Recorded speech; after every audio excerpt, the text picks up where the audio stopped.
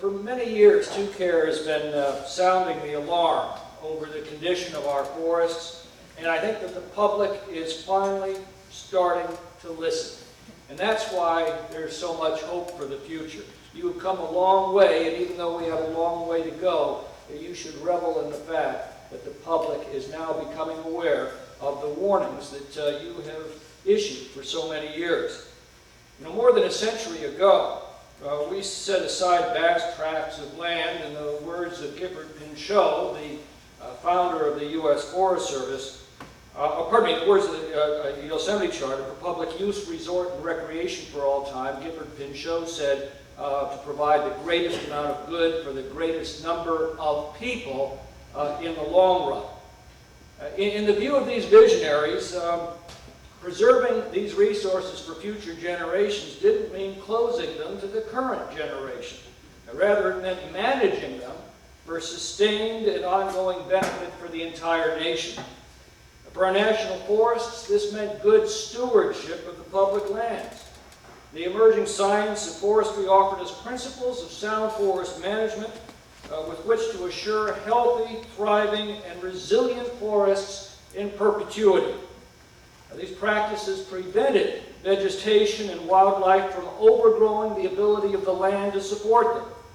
And not only did this assure robust and healthy forests capable of resisting fire and disease and pestilence and drought, it also supported a prosperous economy. The sale of excess timber provided a steady stream of revenues to the Treasury, which could in turn be used to further improve, protect, and manage our public lands.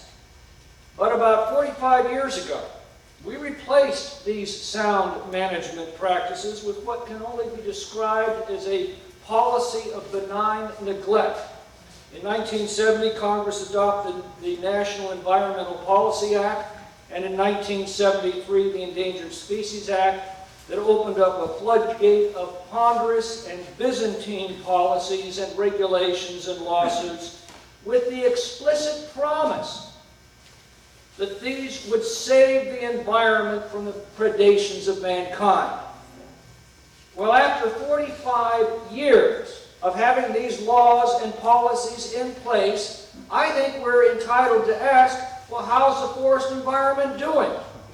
And the answer is absolutely damning. We can see it all around us today. These laws are killing our national forests.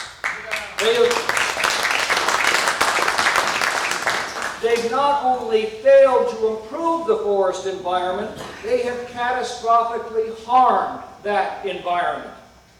The harvest of surplus timber from our national forests has dropped more than 80% in those years, while the acreage destroyed by disease and forest fire has increased proportionally. Wildlife habitats that these laws were supposed to be protecting are being systematically incinerated as forests become choked with dry tinder, precisely because these same laws have prevented us from thinning those forests these past 45 years. Precipitation that once flowed to riparian habitats now evaporates in overgrown canopies or is quickly claimed in the fierce competition of densely packed vegetation. We've lost vast tracts of the national forests to beetle infestations and to disease, as weakened trees can no longer resist their attacks. As these trees die and cannot be removed, they provide fuel for the ultimate round of destruction, catastrophic wildfire. Now, the U.S. Forest Service reports that the Tahoe Basin in this district, there's now four times the vegetation density as normal under proper forest management. And trees that once had room to grow and thrive now fight for their lives against other trees that are trying to occupy the same ground. Forest Service estimates that there are now about 266 trees per acre in the Sierra Nevada. 266 per acre on acreage that normally can only support between 20 and 100 trees. This extreme overcrowding stresses the trees. It draws up moisture in the soil that renders trees susceptible to things like beetle infestation and drought. A healthy tree naturally resists bark beetles by secreting sap. In a stressed condition, it can't do that. The evaporation rate of snow trapped in a dense canopy and the transpiration rate of groundwater in an overcrowded forest quickly exhausts moisture, even in normal years. It is absolutely devastating in a drought. These environmental laws have made it all but impossible to match the tree population to levels that the land can support, making them unusually susceptible to these stresses. This is particularly important in a warm era like the one we've experienced now for the past century. Revenues that our forests used to produce and that facilitated our forest stewardship have all been dried up. Today we often actually lose money on timber sales because of wildly expensive environmental reviews and restrictions. This has devastated mountain communities that once thrived from the forest economy. Precious resources that could have been used to benefit the forests now have to be diverted to fire suppression. Economic support programs like secure rural schools and payments in lieu of taxes divert billions of dollars more from forest management in order to replace the tax revenues lost to these communities because of these same policies. Not only can we no longer manage lands to prevent wildfire, we can't even remove dead timber once the fire is destroyed. Now, 3 years ago, on the House floor, we tried to move emergency timber salvage legislation in the aftermath of the Rim Fire over Democratic opposition. And I warned what was to come with these words. This is what I said on the House floor 3 years ago. But time is already running out. Within a year, the value of the timber begins to decline rapidly as the wood is devoured by insects and rot. That's the problem. Cumbersome environmental reviews and the litigation that inevitably follows will run out the clock on this valuable asset until it becomes worthless. Indeed, it becomes worse than worthless, it becomes hazardous. Bark and wood-bearing beetles are already moving in to feast on the dead and dying timber. And a population explosion of pestilence can be expected if these dead trees remain. The beetles won't confine themselves to the fire areas, posing a mortal threat to the adjacent forests. The left wants a policy of benign neglect, to let 250,000 acres of destroyed timber rot in place, to surrender the ravaged land to beetles, and to watch contentedly as the forest ecosystem is replaced by scrubland. If we want to stop the loss of this forest land, and if we want to control the beetle infestation before it explodes out of control, the dead timber has to come out soon. If we take it out now, we can generate the funds necessary to suppress brush buildup, plant new seedlings, and restore these forests for the use and enjoyment of our children. That was 3 years ago. And now, what Churchill called history's terrible chilling words are being pronounced upon us too late. Although our legislation passed the House as part of the Resilient Federal Forests Act, it's been bottled up in the Senate for lack of the 60 votes needed for closure ever since. And the beetle infestation that was so predictable and so preventable 3 years ago has now happened. 66 million dead trees at latest count, with an estimate of 85% of the pine stock in the Sierra National Forest now consumed. Appeals and lawsuits, and especially the threat of lawsuits, has paralyzed and demoralized the Forest Service and created perverse incentives to simply do nothing, the course of least resistance. Our forests once had well-maintained timber roads, and small timber crews dotted the mountains. When a fire broke out, it was a simple matter to move equipment to the source of the fire and stop it. Now fire often explodes out of control before firefighters can reach it. The steadily deteriorating situation is forcing managers to raid forest treatment and fire prevention funds in order to pay for the growing costs of wildfire suppression, creating a fiscal death spiral. The more we rate prevention funds, the more wildfires we have, the more wildfires we have, the more we have to rate our prevention funds.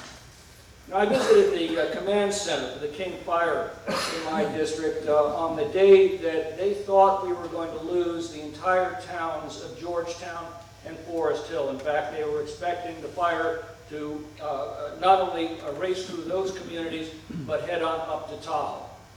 You've been to these command centers before. These are all calm, cool, collected professionals. It's not their first fire, not their first rodeo. On this day was different. They were scared. And I will never forget one of the firefighters coming up to me with tears in his eyes saying, "Congressman, I can't even get to this fire on the ground. We used to have good timber roads. I could get equipment to the fire. I can't reach this one. All I can do is drop stuff from the air and pray to God the wind shifts." Well, the wind did shift that day. It saved the towns of Georgetown and Forest Hill, but that fire nevertheless destroyed 150 square miles of our precious forests. Last year, I toured the aftermath of that fire. It was a remarkable sight from the air. You can vividly see the property line separating the federal lands from the privately owned lands managed by Sierra Pacific Industries. On the federal side, there's complete devastation. It's as if a giant had placed 30-foot black toothpicks side by side as far as you can see. It's a scene of complete devastation until you reach the SPI property line. The moment the fire hit SPI's well-managed land, it began to slow and break up into smaller patches where it could be extinguished. A year after the fire, those fire-killed patches on the SPI lands had been completely salvaged, and crews were beginning to replant new trees before brush could reclaim the ground. Meanwhile, the federal lands sit abandoned and forsaken. Today, the dead federal timber has already lost much of its value, and most of it will never be salvaged. Just a few years from now, the private lands will once again be green, thriving, healthy young forests, while the public lands will be scrub brush, dead trees, and bark beetles. Ironically, our private forest lands are conspicuously healthier than the public lands, precisely because they are freed from so many of the federal laws that are tying the hands of our public foresters. Now, these policies may be making the environmental law firms in San Francisco rich, but they are killing our national forests. Eric Hoffer once observed that every great cause begins as a movement, becomes a business, and degenerates into a racket. Well, that's the story of the environmental movement, organized to address some very real problems, but which gradually crossed the line from sound public policy to ideological extremism. So here we are today. The U.S. Forest Service manages a land area the size of the state of Texas, about 10% of all of the lands in the United States. Because of our current laws, between 1/4 and 1/3 of this land, that's a land area about the size of New York and Pennsylvania combined, has been declared at risk of catastrophic wildfire, and yet the agency this year expects to treat less than 3% of that acreage.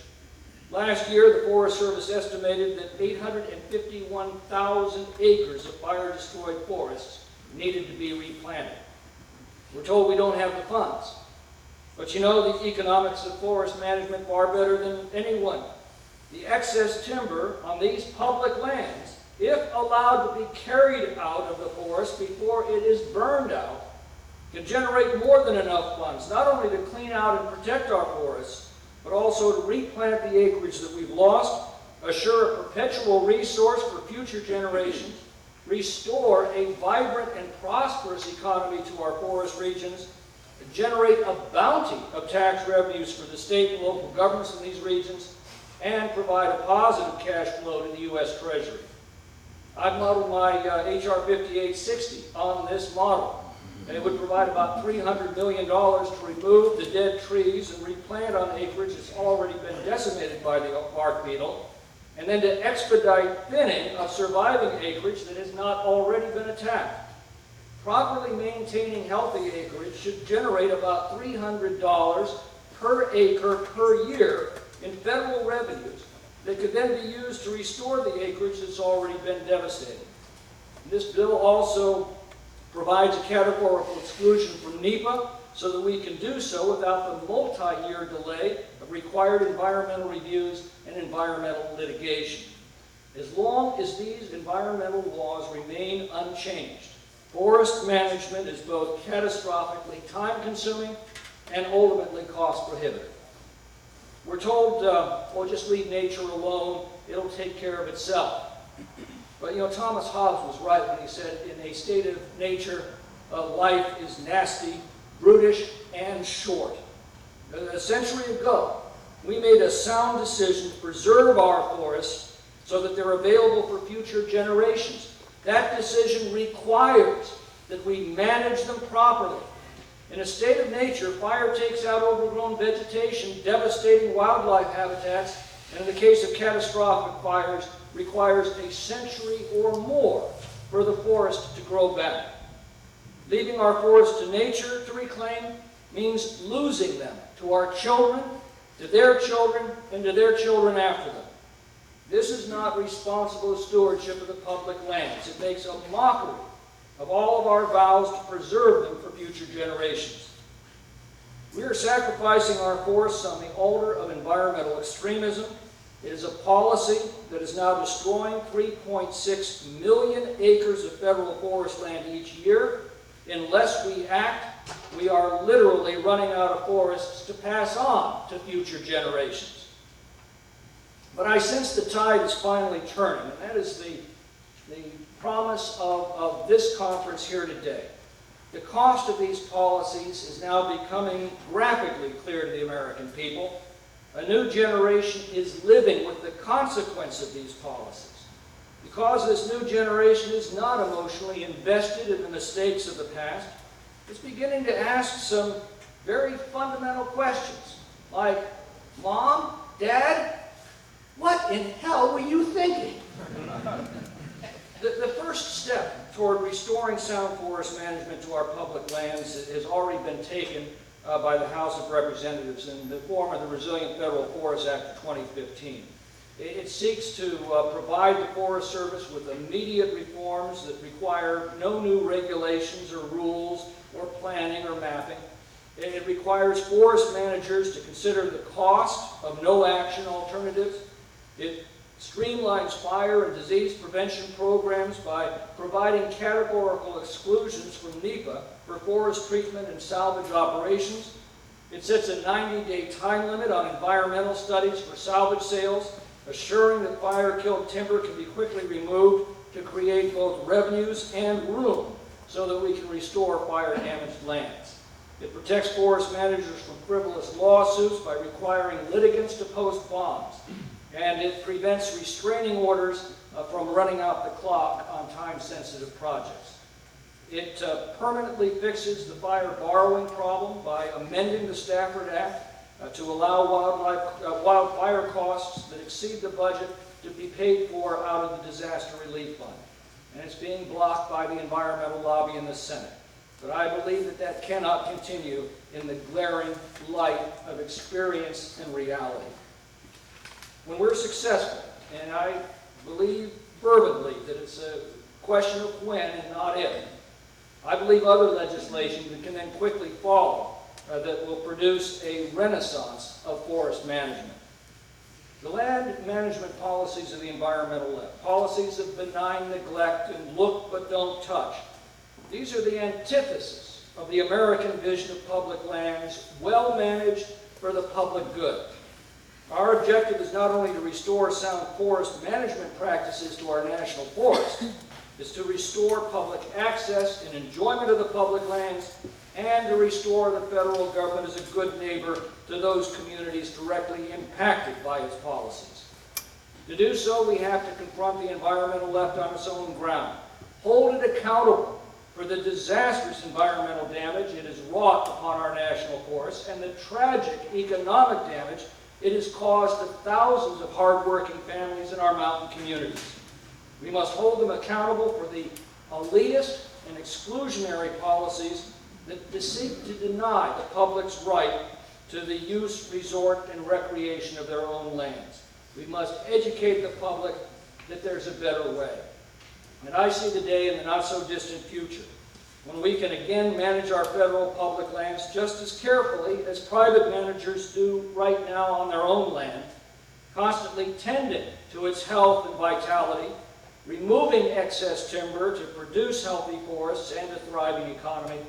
Our forests are not being struck down by mysterious acts of God. but rather they're being struck down by specific and breathtakingly foolish acts of government. We can change that the moment we summon the political will to do so, and necessity now demands it. And for that reason, I feel confident in predicting that the golden age of our federal forests is ahead of us, not behind us, and that there is great cause for hope for the future. Thank you very much.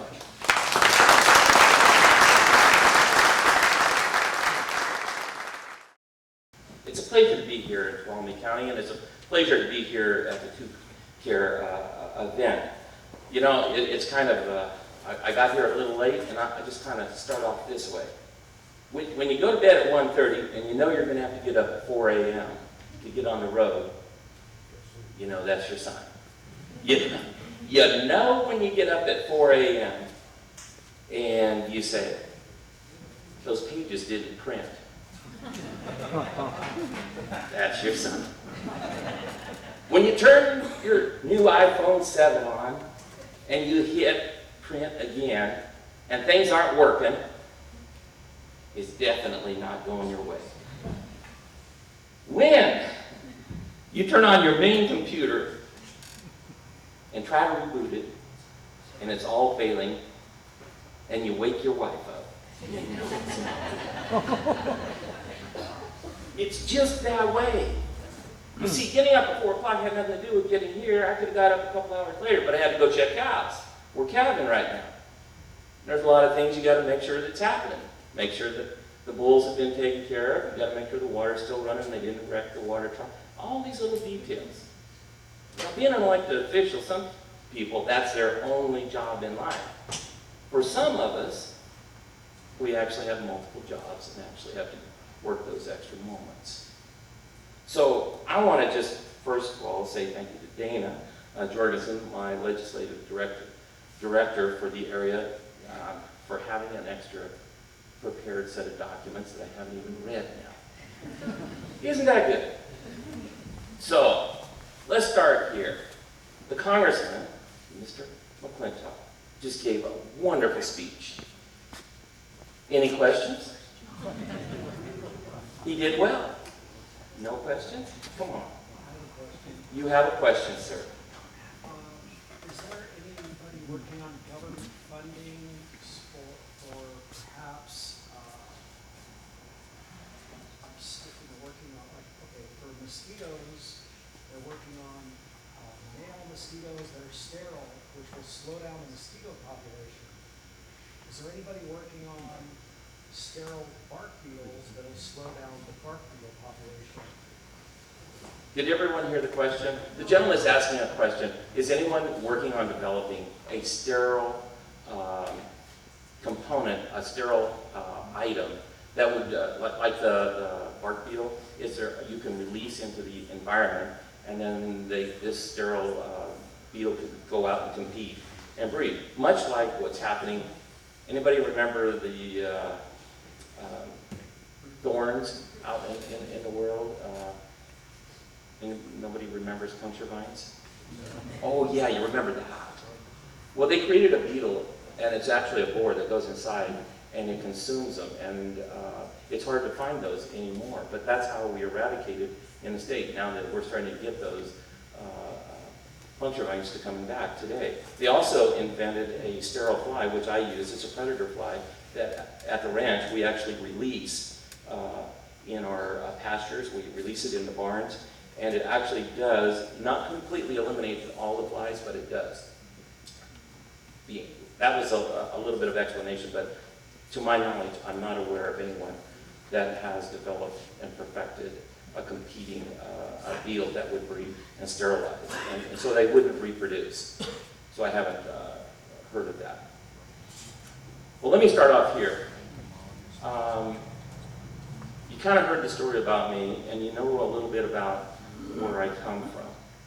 So I'm going to start off just going this way. I'm just going to kind of shotgun today, because when it doesn't start right, let's just roll with the punch. A lady came up to me recently, and she said, "Mr. Bigelow, I have a question for you. Along Highway 41, there's a series of fires that have occurred. How did they occur? I said, well, I happen to know the answer to that, and I can enlighten you.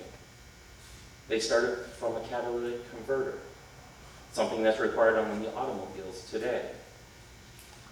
Well, I don't know anything about those. And I said, well, they're a little thing that goes right behind your muffler, sometimes before the muffler, and most of the time it's after. And they exchange and take all the supposed pollutants out of the exhaust. But eventually they get overheated and then they break up and then they spit out little chunks of them along the roads and they start fires. And the fire department gets to go out and put out a number of these fires. He goes, well, that's great to know. What I want to know more is, now that these fires have started, why are we using bulldozers to put rings around fires? Why are they scraping up and scarring up the earth? Oh, well, because in the infinite wisdom of the fire department, they believe putting out fires before they get large is a good thing to do. What do you think? I'm not sure. It just seems ugly and tragic that they're just scarring up the ground. Do you know where the big rocky cut is on Highway 40 run? I said, yes, I do know. I'm very knowledgeable at that. She goes, well, there's a scar coming up there. I just think that's just the worst thing in the world to see. I said, really?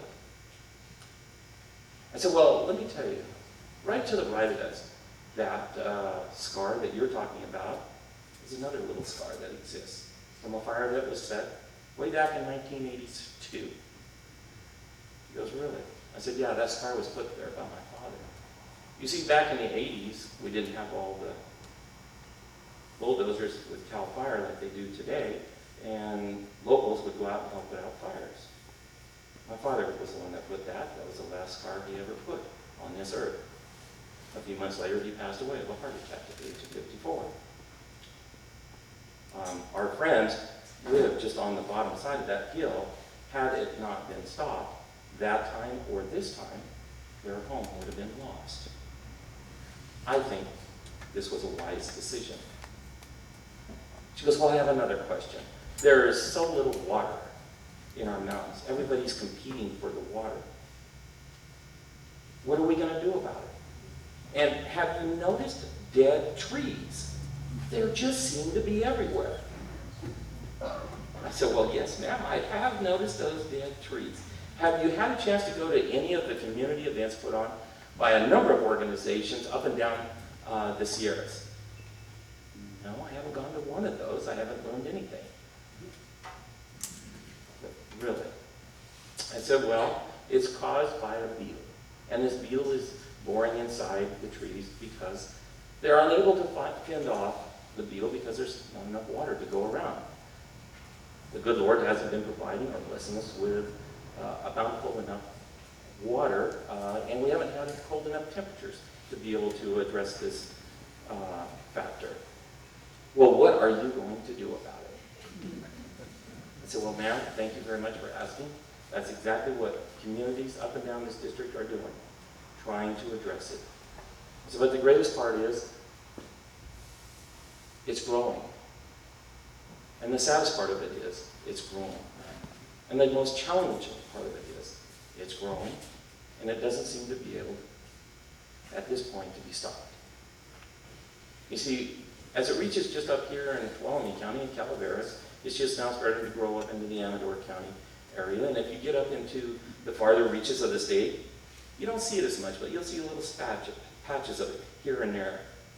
I just happened to be speaking a few nights ago up at North Star to a group of people, and I saw a couple little patches of the bark beetle up there. Now, that was surprising to me to see that occurring at that elevation, but it won't be long before the rest of the forest starts to look like it does here and going farther south. Yeah, a few days ago I was in Shaver in Fresno County. Unbelievable. We don't have, folks, you know this, we don't have the people anymore in place to address this, to go out and harvest the trees, take them down, and to dispose of them, to place them someplace that they could be milled or utilized. We just don't have the facilities. Well, we do have facilities where we could mulch it, we could dispose of it and burn it and make energy out of it. Have a nice one right here in town. And fortunately, a good friend of mine, Assemblymember Brian Daly, worked with some friends of ours on the other side of the aisle and was able to pass legislation that would help our cogen plants continue to exist for a short window of time. Unfortunately, at the state level, though, that's about the limit of recognition of the major problems that are going on. Now, I will say, this year, we did see a number of dollars placed in the budget. And I was pleased to be a part of that. Actually, here's a fun part. My first committee hearing that I'm supposed to be on Budget Sub 3, not supposed to, I am, I walked in. I used to be on Sub 5 because I was so finicky with the how organized labor's money is spent. They thought it might be best if I was put on a different committee. So I was shifted on the budget assignment. Well, in pushing me over there, I walk into the committee and they're talking about the mortality of trees. This is interesting. This hasn't been talked about before. Let's hear about it. And it keeps going, and the governor wants to put $20 million to go out and help address the mortality issues in his budget. So they get done talking, and the chairman says, does anyone have any questions or any thoughts? And I said, well, I just happen to have one. I think after hearing all of this, and it's a health and safety issue, I think we ought to actually grant them double their request. Let's work with the governor on this. He's asking for 20, let's make it 40. In fact, whenever it's time, Mr. Chairman, I'd be happy. I'm new to your committee here. I don't know how you want to run it, but I'd be happy to offer you a motion to amend the governor's request and double that to 40. So, you know, we've got a health and safety issue. We've got all kinds of challenges going on in this world with trees falling and such, and we've got to start worrying about the danger. And they said, well, can you elaborate on danger? And I said, well, certainly I can. Let me tell you about the other day. I said, I happen to be blessed to have had shown a bull twice at the California State Fair. I go, what's this got to do? I said, you'll learn. You see, that bull was out in a field. And in that field, he decided to rest. He was supposed to be breeding cows. Maybe he'd had a busy night or a busy day, I'm not sure yet.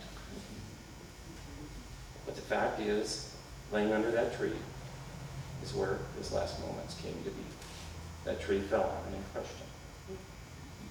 A large pine tree. I said further from that, my son was checking cows just a night ago, and he had just driven past a large, probably 150-foot tall tree. And he said, he called me up on the phone, he said, Dad, I was just going by this tree, and it's really rattled my cage. It fell 20 feet away from me. Yeah, it's serious. Death can occur. I said, so this is a health and safety to all of you. So let us, if 20 million is what the governor's asking for, let's double it because it has a health and safety factor. The chairman right away grants the ability to run an amendment to the motion. And then a member says, well, do we have the money to do that? I thought it was interesting. The lady who had just given the presentation on the funds had handed out a nice piece of paper like this, all these facts and figures on it. And so when she was asked, do we have the money? She said, oh no, we can't do that. She's in a panic. If we do that, it'll wipe out the entire account. I said, Mr. Chairman, with all due respect, we're going to need a clarification here. I was making this decision based on the facts that was just presented to us in this committee. And remember, I'm new to the committee. So maybe not everything put on print and in paper by the department is fully authenticated or correct, but it does say here that there's 83 million. The governor's asked for 20, and I'm asking to double that. So if there's 83, by my old school math, remember I went to school a long time ago, 40 from 83 would mean that there's still a balance of $43 million in the account. Could we have somebody clarify for the record whether or not the information being presented to this committee is accurate so that we can make a decision? Oh yeah, I got dead silent just like that. That lady was really in a world of panic. I'm just a dumb cowboy who learned how to count cows by counting the feet and then dividing by 4. That tells me how many I got. So a member across the way said, Mr. Bigelow, you've asked for this amount. Obviously, we may not be able to agree on that amount, but would you be willing to settle for half of that amount? I said, well, sir, you know what? I really didn't come here to haggle. In fact, I didn't even come here prepared to make this amendment, but you present the information. I'm just working here as best I can for the people, trying to figure out how life's going to go so we can take care of moving dead trees, clearing them so that people can be safe. I said, there's a whole host of needs for this bark beetle and the challenges that exist. What are we going to do for all of those? Sir, I'll tell you what I'll do. If there's a motion on the floor by someone, I'd be pleased to second it. Like I said, I didn't come here to haggle. So if you want to go from my 10, which is 20 million, it's over 2 years, so it's 10 and 10 in 2 years. That's the 20. So what would happen is I would actually be cutting that to 5 in each year. I said, how about if we haggled at 8? But if you make a motion, whatever it is, I'll live with it. He went for 5. This is a friend of mine. He's a Democrat. He's also chair of the Rules Committee. I know that I got some confidence now because I got the right guy making a motion. I get the motion, it goes through, and it's unanimously done. So, as I'm standing here, I can tell you that the governor's budget did pass. I did not vote for the governor's budget, by the way. But working in the committee process, you're able to, as the congressman knows, you're able to get certain things put into the budget that will be beneficial to the overall benefit of the people that we serve. So as we did that, the governor actually went a step farther in the budget. He worked on $25 million from the cap and trade for the healthy forests, which allows these funds to be used for the removal of dead trees or dying trees. So you get both. He put in an additional $11 million from the general fund to help CAL FIRE remove and dispose of, which I had a part of that budget. $15 million to the from the state responsibility fire, the tax. He's going to use some of those fire tax dollars to help with the removal of the trees. And then here's where the money that I got directly put in, $30 million for the Office of Emergency Services for Disaster Recovery, which locals may use to deal with the tree mortality. So from one simple committee hearing, a whole lot of activity occurred. I've got to tell you, you heard a lot of things from the congressman on mismanagement and management issues and challenges that we all face at the federal level with the federal lands. Those same things are faced right here at the state level. Bark beetles have overgrown our forests, and wildfires have played a significant role right now in our state and challenging us. In fact, much of our budget, both federal and state, has been fully expended just fighting fires this year that we would have used in other ways. I think that the combination of seemingly separate issues, combining all these things to put our forest lands in their current predicament, are starting to catch the eye of a number of folks.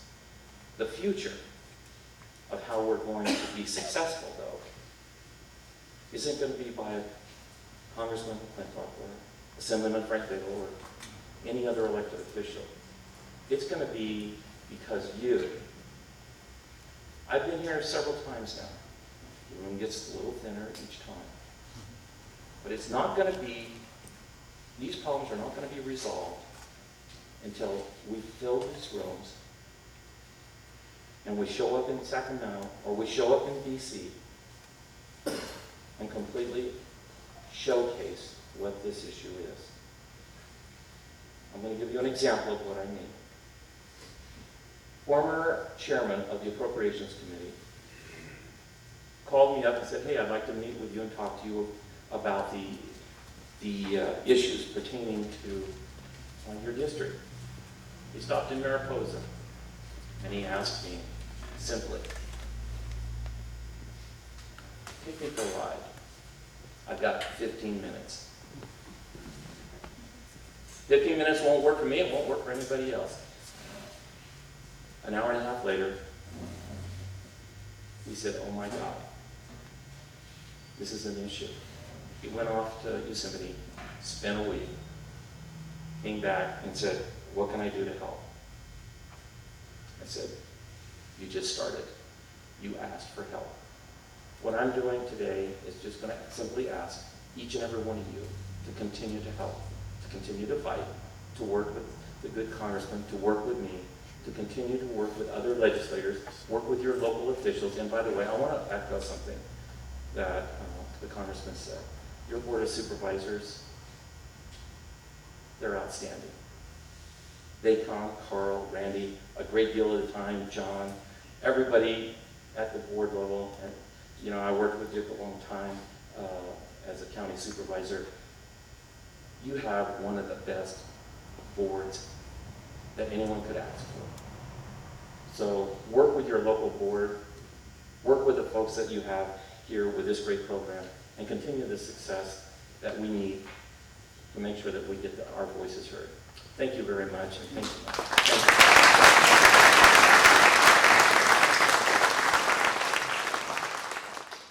So I'm Jeannie Higgins, and I appreciate the opportunity to speak with you for a few minutes today to tell you a little bit about U.S. Forest Service in the Pacific Southwest region, we call it Region 5, and the actions that we've taken in response to the tree mortality issue.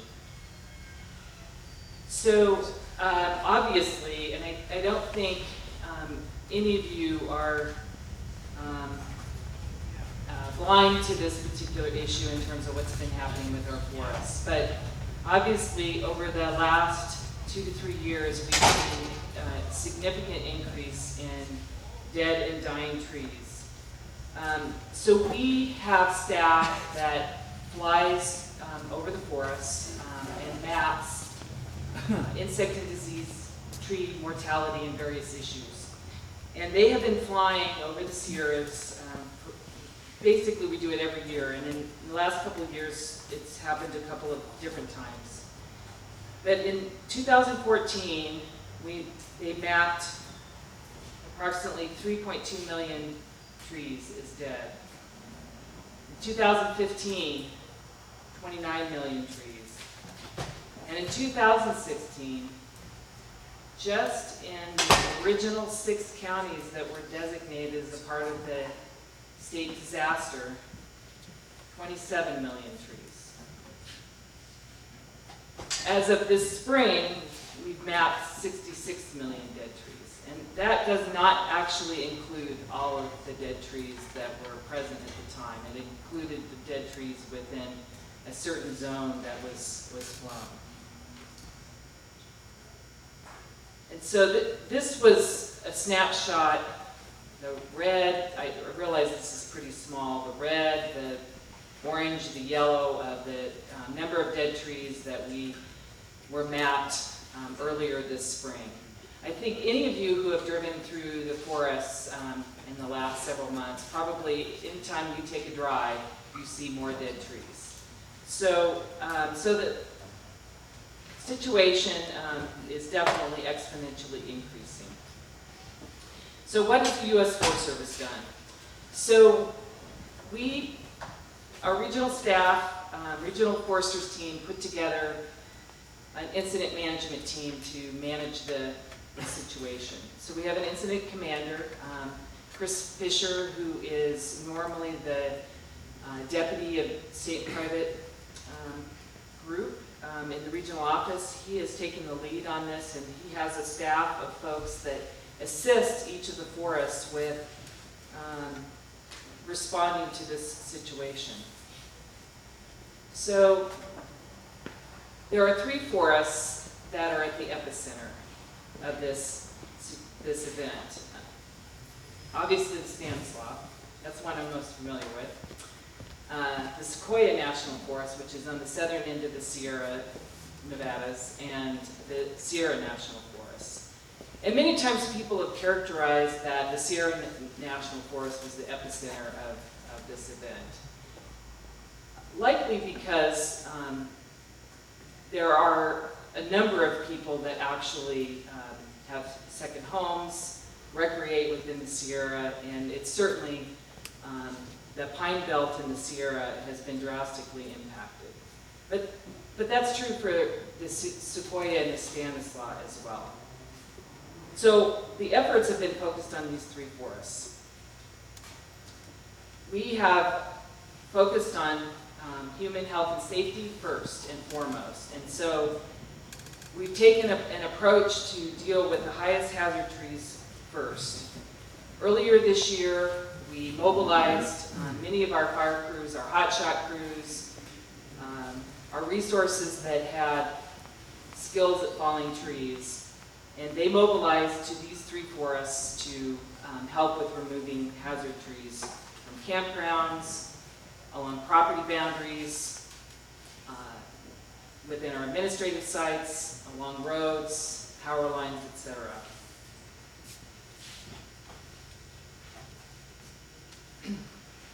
So this mobilization was important because we have high visitor use in the summertime. So we were fairly successful at getting most of our campgrounds open in time for Memorial Day weekend and removing hazards. There were a few exceptions to that. So as I mentioned, we've also concentrated on removing dead and dying trees along roads, trails, and utility corridors, and we work with a variety of partners to accomplish this, including PG&E, counties, and other partners who have resources to bring to bear to this issue. So we're also focusing on helping protect communities from wildfire risk. I think we were quite fortunate this year that wildfires were fairly minimal in the southern Sierras. We had a few exciting moments, but generally, at least here on the Stanislaus, we were very successful at controlling those fires that broke out in places that could have been a challenge to control. So we also realigned our budget and sort of scraped up as many resources as we could to put to tree mortality efforts. So to date, we've felled over 166,000 trees on over 18,000 acres. We have another 48,000 acres in progress. Here on the Stanislaus, we have felled over 40,000 trees just this year alone.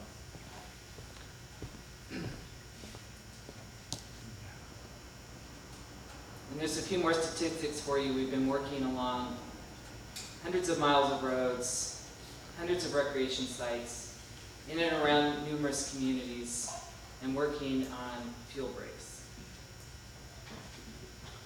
We've also taken on a public awareness campaign, and we have been in communities to help people be aware of the dangers of dead and dying trees and the possibility of trees falling.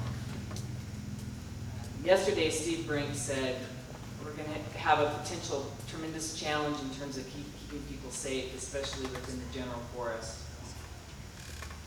Everybody needs to be responsible for their own safety, and understanding the risks that, in terms of their use of national forests is really important. And so this public awareness campaign has been extremely important to us. So we have also engaged in a different thinking around safety. We're very good at engaging quickly and with our historic resources to deal with situations. But this requires us to be situationally aware, and it's in a case that we can remain and keep our employees and communities and forest users safe. So we've instituted what we call Life First, which is to stop, think, talk, and then act. Because we're dealing with an unprecedented situation here, and that approaches that we've taken in the past are not necessarily the approaches that are going to provide the best outcome in the future. So this pause has been important. So this is what we have been doing this year. We initially took a look at our strategic approach to this and realized that we were going to be in a number of different phases in terms of treating the dead tree situation. So our first and foremost approach was public health and safety. That will continue because trees keep dying in places where people gather, right? But we also need to deal with the hazardous fuels condition because we are concerned about future wildfires. And we'll continue to focus on removing dead and dying trees within the lower risk areas, but that are important to us. CAL FIRE has mapped our both Tier 1 and Tier 2 areas. Tier 1 areas are generally around WUI and places that people gather. Tier 2 are the watersheds that provide our water. So it's important that, that we look at the forest as a whole. And then phase 3 is actually looking at restoration opportunities. So many people have asked, okay, so you can look and you have a stand of trees that are 95 to 100% dead. What's going to happen when you take down all those trees? What are you going to do after that? And we have been working with the scientific community to really understand how this situation is affecting our forests and how we might think about moving forward, especially in response to climate change. And the fact that this drought is unprecedented and it's likely going to continue into the future, and how do we manage our forests differently? So I had a colleague say recently, you know, this is a huge challenge. Well, we all know it's a huge challenge. But let's flip that around, and this is also an opportunity. And the opportunity is that we can do some different things here in response to this event. You know, our normal response is to take the things that have worked well for us in the past and apply it to a problem. But this problem is not the same as anything we've dealt with in the past. So we need to identify different ways to approach this into the future. And certainly, we need to all be working together in order to make this happen. So I think we're all very hopeful that we will continue to have a biomass facility in addition to our sawlog mill to help us with addressing this particular issue. Biomass's utilization is really important to us. We have lots to contribute. So as I said, we are all in this together, and we are looking forward to really thinking much more strategically about how we approach this problem into the coming year and years ahead of us, because we'll be in this for a while. So I'd be happy to answer any questions you might have. I think my time's about up, but you know, if there are any questions. Oh, okay, and I'm not going to be here much longer, so so we'll just. Sorry, there are a few hands. So how do you want to handle that, Mike?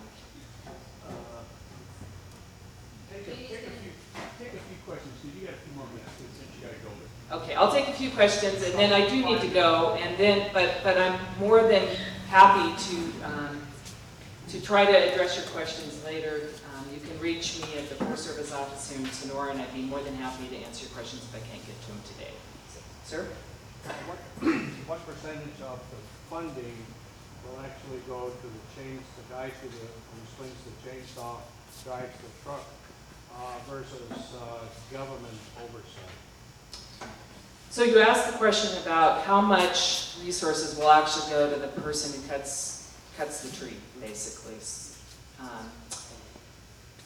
So I would say that we are freeing up all available resources to go to just that, which includes our own fire crews to do that work. We have reprioritized our work, and this is the highest priority thing that we're working on. So all of our available resources that are not committed to some other important work, but are working on this topic. Real quick comment and then a question. My name is Michael Winkler. I'm General Manager of Utica Water Power Authority. And my comment is a bit of a tangent, but I feel like I have to take this opportunity to publicly thank Assemblyman Bigelow for AB 1979 and his staff. Thank you, Dana. Huge bill for Utica Water Power Authority, so thank you for that effort. My question has to do with forest stewardship contracts, and the last slide you mentioned was biomass, and I think we're all hoping that the existing plant stays open. Utica Water Power is the only local agency that operates power plants on the Stanislaus.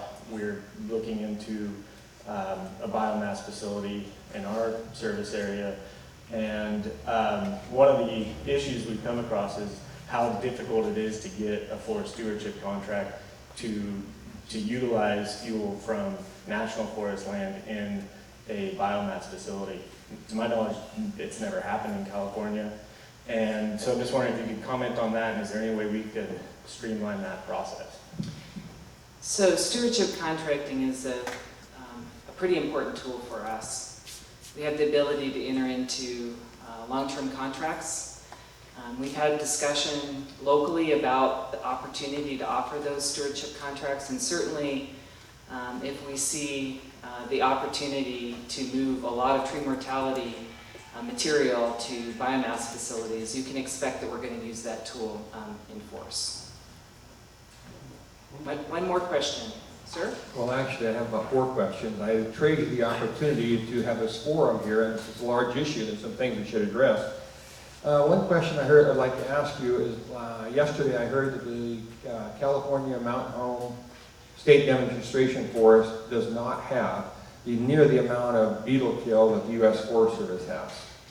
I wonder if that was true. I haven't been there myself, and if it is, couldn't the U.S. Forest Service model their activities in the fashion that the Mountain Home State Demonstration Forest does? My second question would be public awareness. Do you have this PowerPoint that you had up here in the board available on your website? That's a good question, and I'm not sure. If not, I would ask you to put that on there. And then sustainability is a word that we've been battered with a long time in the timber community. But we need to look at the amount of timbers or trees that are able to be sustainably held per acre, and have I think a declaration by the Forest Service of what your carrying capacity is and what you'll do with the excess. I have one more. Why don't you stop with that one? That's Okay. a good one right there. Managing our forests sustainably. So there's no doubt that much of our forest is overstocked based on historical stand structure. And so we know we have a lot of work to do related to managing our forests more sustainably. Generally, I'll answer your first question too, that generally a forest that has less trees on it means they're competing for less resources, sunlight, water, etc., and generally are healthier and therefore can withstand disturbances easier than not. This drought is, again, unprecedented, and we are seeing the effects of drought even in healthily managed forests. But likely not to the degree we're seeing in forests that are overstocked and haven't been actively managed in recent years. So I think we all agree, I don't think there's anybody in this room that would probably disagree that we need to work on very actively managing our forests through both mechanical treatments as well as the use of prescribed fire. And both of those tools are going to be important for us to restore these forests to a healthy condition. So I look forward to working with all of you. And again, if I wasn't able to get some of your questions, please feel free to get a hold of me here in Sonora, and I'd be happy to have a conversation with you. And thanks for the suggestion to post the PowerPoint. We'll make sure that it's up. Appreciate your time.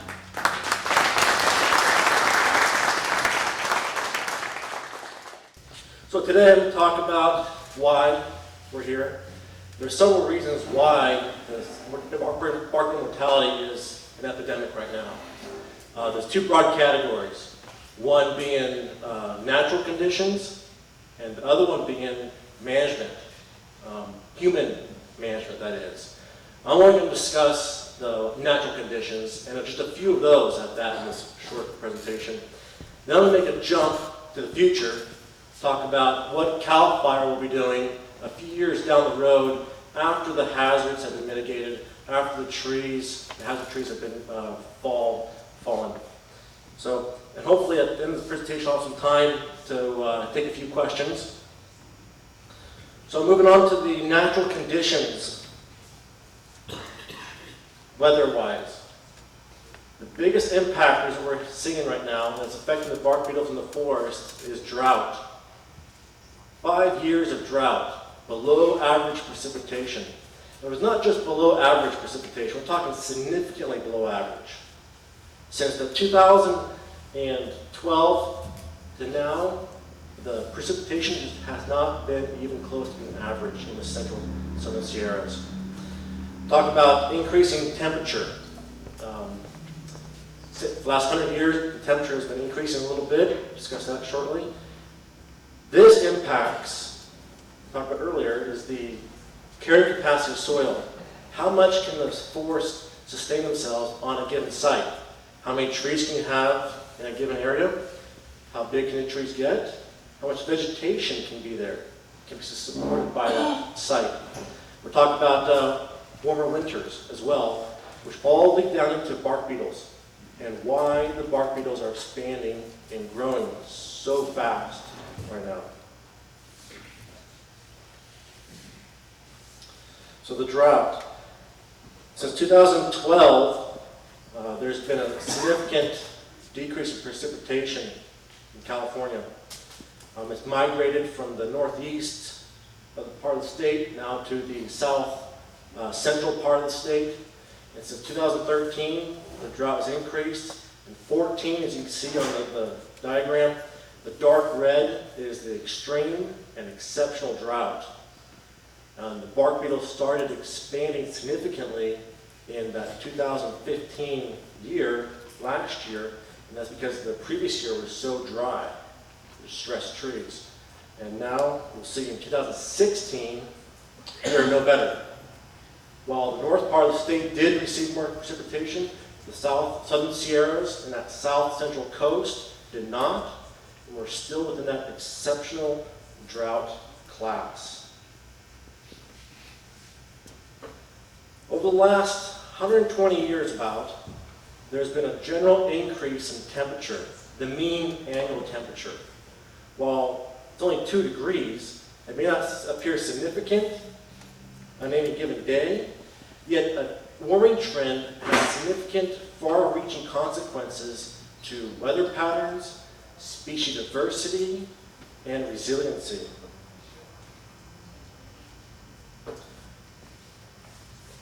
And what we're seeing now with the drought, warmer temperatures, and the current trend is the winters, snowpack. What we're seeing from 2010, you see all the white on the left of the screen. That is the snowpack from March of that year. And when 2010, I was up in Nevada City, working with CAL FIRE, of course, and on Highway 20 on the Omega rest stop, I stopped in March with my work truck next to a snowbank, a drift. It wasn't a drift, it was a snowbank. And the depth of the bank was 8 feet. I parked my truck next to it to see how high it was. The snow was above the light bar of my work truck. Big. I was really impressed. However, the following year I went back, same location in March 2011, and I couldn't find any solid drifts. 2 feet drifts that are scattered throughout the area. Just in 1 year, a significant reduction in the snowpack, and then it's been continuing since then. The problem with the warming of the snowpack leads to bark beetle reproduction. The increased temperatures annually, the reduced snow, freezing temperatures are higher in elevation. They're not longer in the season now. Allows the bark beetles to reproduce more than once. In a natural stand condition, with normal precipitation, normal forest, a bark beetle can reproduce 1 to 2 times a year. But now, as the snows are higher, freezing temperatures are higher in elevation above the ponderosa line, they're shorter in duration. The bark beetles can reproduce up to 3 to 4 times a year. Millions upon millions of progeny every year from one mating pair of bark beetles. So, with the drought, the increased temperature, the lower snowpack, the trends, what is CAL FIRE seeing right now? 1, longer fire seasons. On average, the fire season is 78 days longer now than it was 40 to 50 years ago. And this is directly correlated to the snow melt, when the fuels become available, when the fuel moistures decrease. CAL FIRE is responding to this right now. We're having to change our staffing models, not just seasonally, but permanently. Because the longer the fire season is, the more staff we have on the fire engines, the more engines we're having to cover in the wintertime now. We're experiencing fires that are early in the year, in the springtime, and later in the fall. Not only are we having to change our staffing for the fire seasons, we're experiencing larger fires and more fires. In the last 5 years, well, this year, we're seeing the average fire being 25%, or having 25% more fires. The sheer number of fires that we're responding to. Now, 25% more than the previous 5-year average. And not only the number of fires, but we're also talking other categories.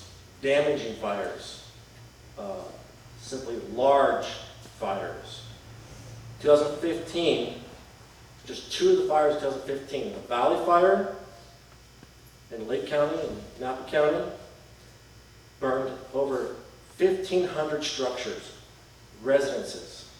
The Butte Fire, just north of here, over 900 structures. And on the size of the fires, of course, the Rough Fire, 2015, consumed over 151,000 acres. And then this year, Sobrang's Fire is currently, it's not 100% contained, is about 132,000 acres. These fires are a result of drought, fuels conditions, fuel moisture, as well as density of fuels, fuel loading. So, what does this mean when it comes to bark beetles? If you heard this number before, it's well known right now, 66 million trees. This number is going to be expanding another 4 weeks after the Forest Service, the Aerial Detection Survey, gives the results. CAL FIRE will be updating all of our data and maps reflect the new number. But as of now, 66 million trees. And not all the 66 million trees are next to homes. However, these dead trees are around your communities, they're around the roads, they're around the schools, they're impacting our simple way of life. So I'm going to make this jump now to the future. after the bark beetles have come, after the trees have been mitigated. Significant amount of work is being done right now by multiple partners. And by no means am I discrediting any of that. I'm talking about the future. Where are we going to be down the line after this? What will CAL FIRE be doing?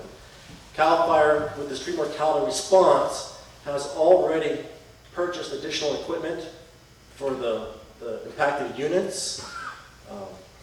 We're going to be utilizing equipment. We have stuff we haven't experienced before. Front end loaders are going to be used for air curtain burners. Skid steers. These pieces of equipment are unique to CAL FIRE's inventory. However, certain pieces of equipment like this skid steer is highly effective at fuels management, moving fuels around, piling material, moving small diameter logs. Highly versatile pieces of equipment that are being utilized right now. And of course, a tracked chipper. CAL FIRE made a large chipper purchase for our conservation camps about 10 years ago, and those chippers could take a 4 to 6 inch tree, and those chippers are degrading quality. It's costing more to maintain those chippers now than we would buy a new chipper. Nowadays, with a track chipper, it costs just a little bit more, highly more effective. They can chip larger trees. We can move the chipper to the slash concentrations, reduces crew work and crew time. Highly effective, and these will still be used in the future. And our air curtain burners, we have yet to get our feet under us and start running with these. However, once we do, these will be a highly effective tool for treating large debris piles and slash as well. So while this equipment is currently utilized for tree mortality, in the future we're still going to have this, and it'll still be utilized doing fuels reduction work. Fuels treatment projects. It's important to realize that while right now the trees are dying and dead, the vegetation will always be growing. They may not have the same number of trees in the site right now, but something will grow there. Whether it be a different species, fewer trees, shrubs or brush. Whenever vegetation is growing, it needs to be managed.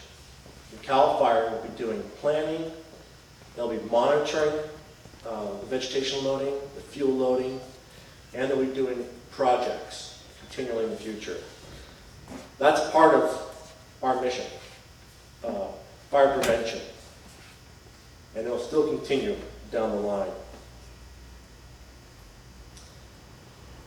The mapping aspect. CAL FIRE has the Forest Resource Assessment Program. That's our data and our smart folks work there. They will still be mapping and monitoring the mortality, where it spreads in the future, if it goes farther north. While this high hazard zone title started with the proclamation, it's not going to end with the Tree Mortality Task Force. The high hazard zones is a highly effective tool for communicating issues or hazards that are in the wildland. And this will not end with tree mortality. It may in the future be rebranded to a new pest, a new hazard, but it's highly effective when it comes to communication.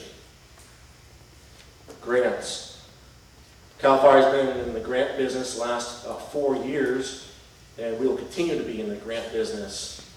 And just a little fact, this year the SRA Fire Prevention Fund and the Tree Mortality Grants program received 264 applications for grants, requesting $39 million.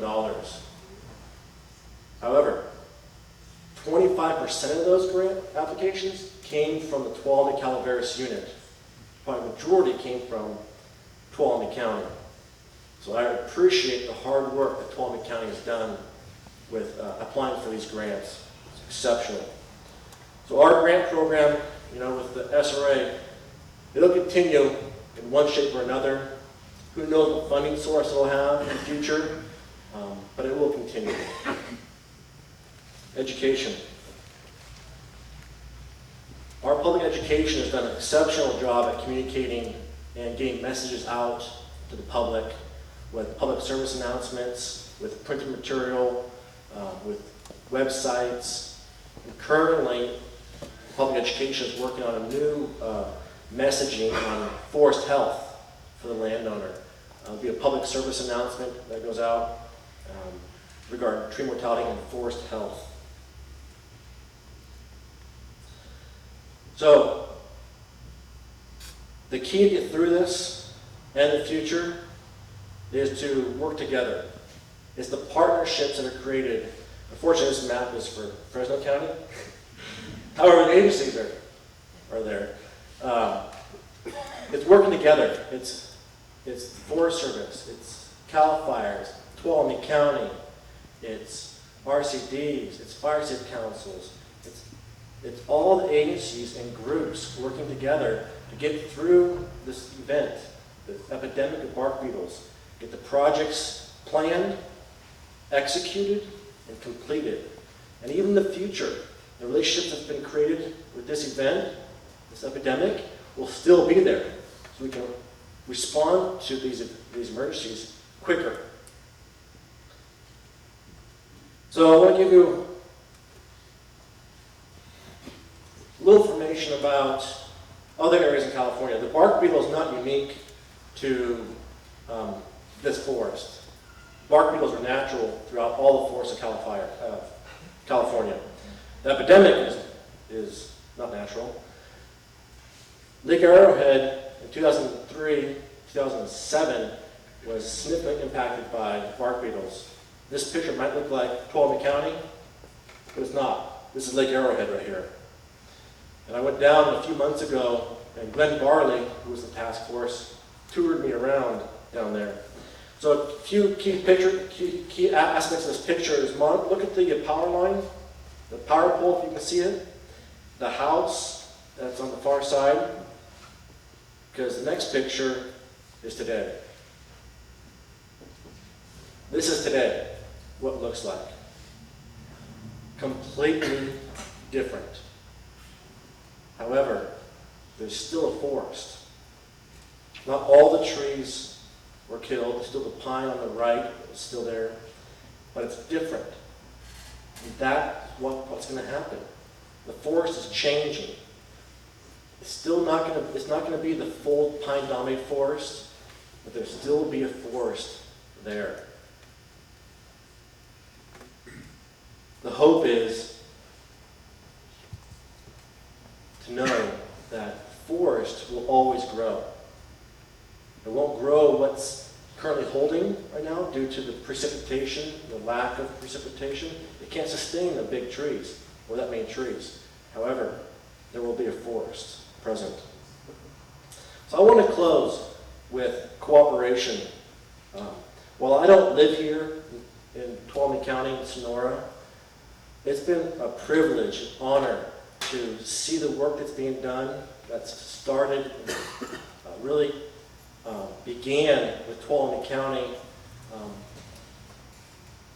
It's been exceptional. It's been a privilege to see it. And the standards and the work that you guys have accomplished here locally is really evident and looked to by other counties. And we really look to other counties to emulate Tuolumne County and what you guys have done here. So I encourage you to continue the hard work you've done. It's not going to end, but it will someday, for sure. And CAL FIRE will still be here. Tuolumne Calaveras unit has done an outstanding job with participating and getting projects done, and they will continue to do it. First, I'm going to talk about what we're doing on our ground and how we're trying to cope, and then some bigger picture observations and things. So, you know, we started out in the past few years, we had a ton of fires, and we've mobilized on those, we've reduced harvesting on the green timber, and we've really gone after the fires. And our guys, foresters, everybody, people at the mill that had to change plans for species and all that, marketing, have all done a really good job. And it's been a lot of work. I mean, people are working, you know, 14, 16 hours a day, 6 days a week. But we've been pretty successful on the fires. We've had 5 or 6 big ones. We had the rim fire out here, 16,000 acres. It's all reforested.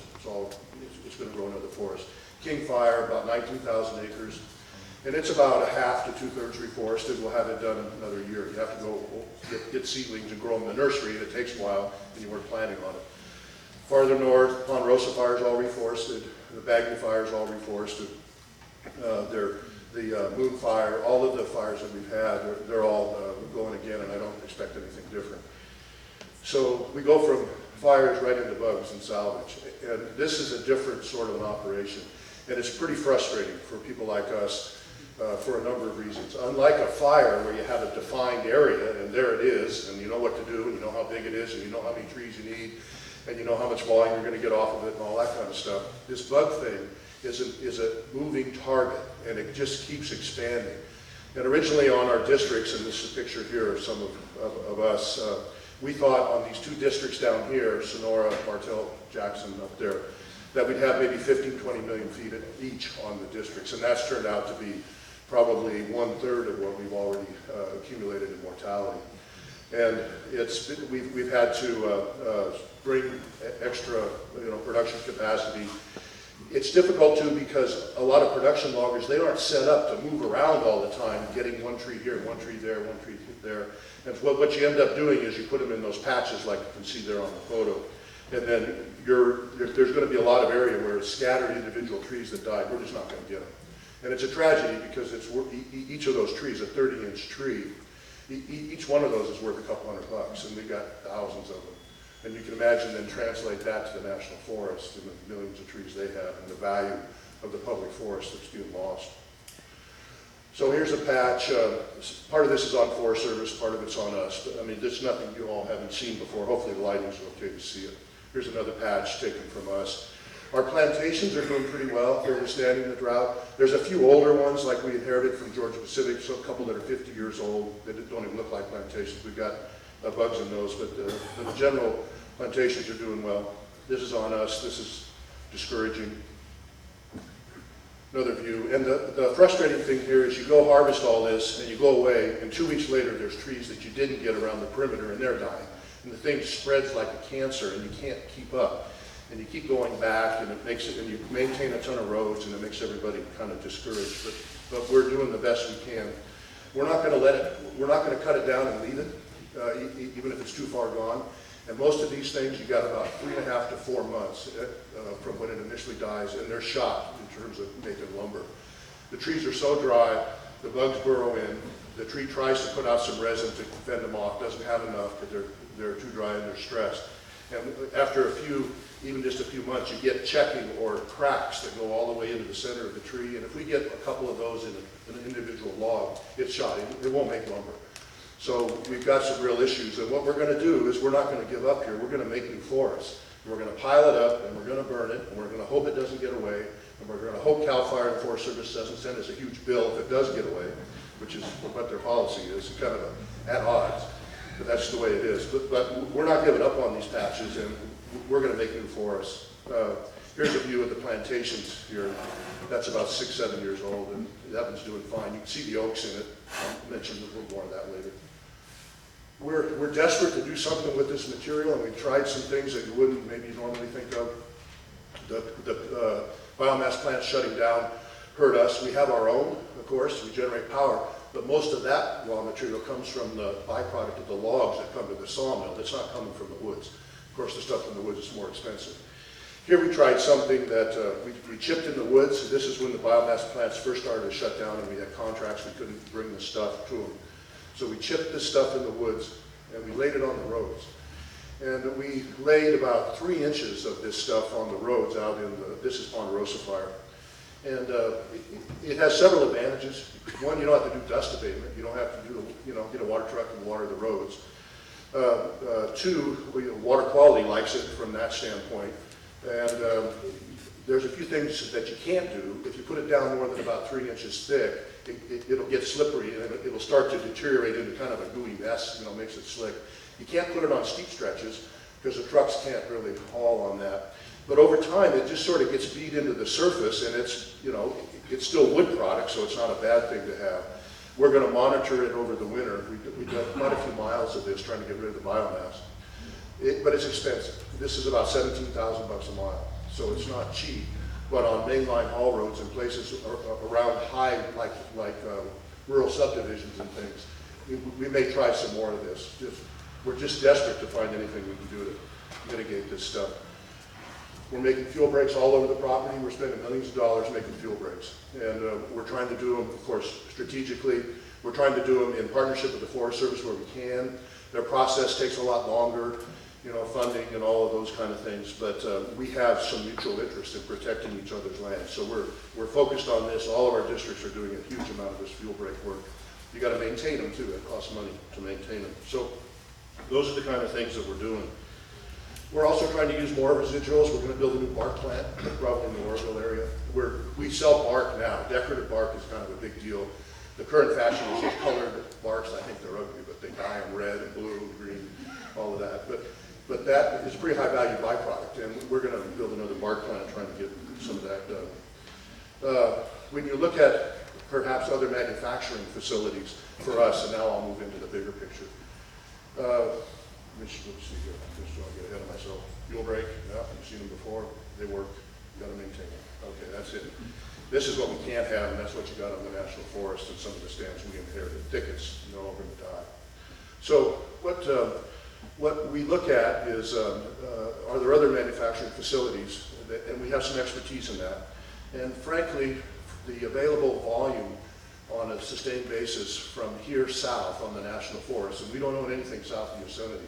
Just west of Yosemite, Cherry Lake's farther south we own. The number of acres that are zoned out for all kinds of other uses is such that we don't think there's enough volume on the National Forest going south to sustain another sawmill like we think it needs to be built. In order to be competitive here, we need a 2-shift sawmill that's going to use 90 to 110 million board feet a year.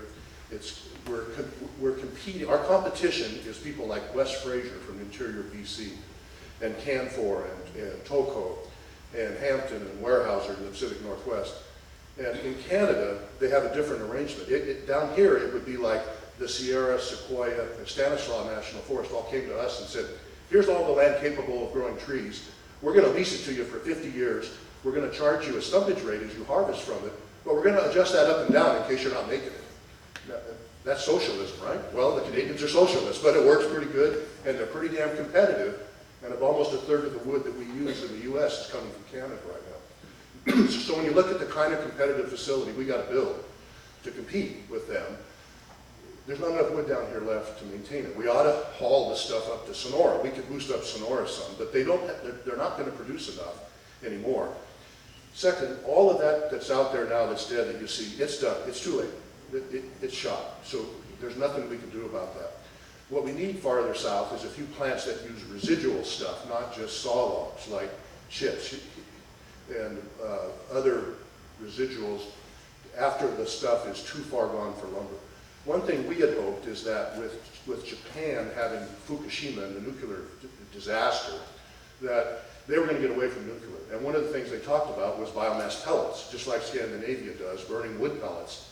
And that's pretty environmentally safe, and the carbon cycle is biogenic, goes up the atmosphere, down the tree, around and around. So that would make some sense. But Japan seems to be turning to natural gas rather than wood pellets at this point. There would be the opportunity for pellet plants that you could export chips to places, or the pellets where people are using them. And also, maybe this would be a good idea. How about we build biomass plants that could use the pellets ourselves here? Hey, bingo, not going to happen anytime soon, but that's the kind of thing we need as manufacturing facilities that don't just make lumber, but use the other byproducts. Because with the Forest Service's process, by the time they get through the environmental process, it's too late in bug-killed salvage. and often too late in burns to make it into lumber. So you got to come up with something that you can still use it while they wend their way through the process. So a couple of other observations, and I'll shut up. Mother Nature's fixing this thing. You know, we didn't fix it, and I don't see any other species on the planet that could have except us, but we didn't. And she's going to reset it. She's going to kill it with bugs, she's going to burn it up, and those forests are going to reset. They're going to be a lot less dense. As you go south, we're going to have forests that look more like the San Bernardino. Lots of brush fields, maybe some timber in the streamside zones, maybe a little more timber on the north slopes. There's going to be some real effects from that. One, ironically, maybe increased water yields, because all those trees are gone. They're not going to be sucking up that water. Two, though, is going to be, particularly fires, increased sediment that comes along with those yields that you're going to have to deal with.